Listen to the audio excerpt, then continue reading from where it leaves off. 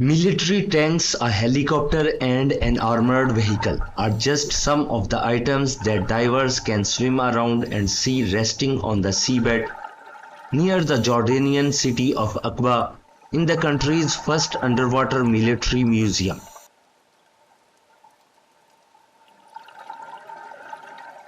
Inaugurated in 2019, the museum was created with the hope that the underwater structures will enhance the environment for marine life, encouraging more diving enthusiasts.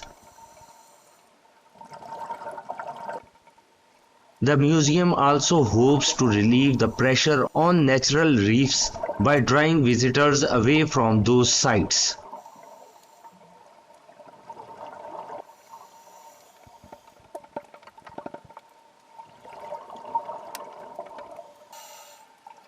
A total of 19 military vehicles and machines are submerged in the sea at different depths. Some have landed at 15 to 20 meters below the surface, while other objects can be found deeper at 20 to 30 meters. This allows the city's visitors to enjoy their sight by glass-bottom boat, snorkeling and diving.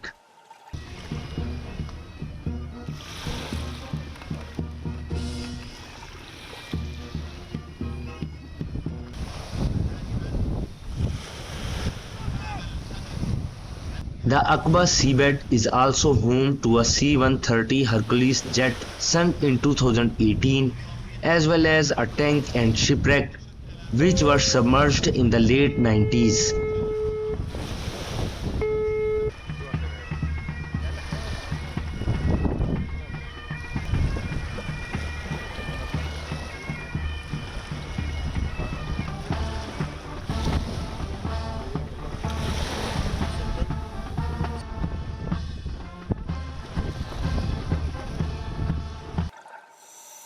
These have become popular diving sites with rich coral reefs and an active marine life.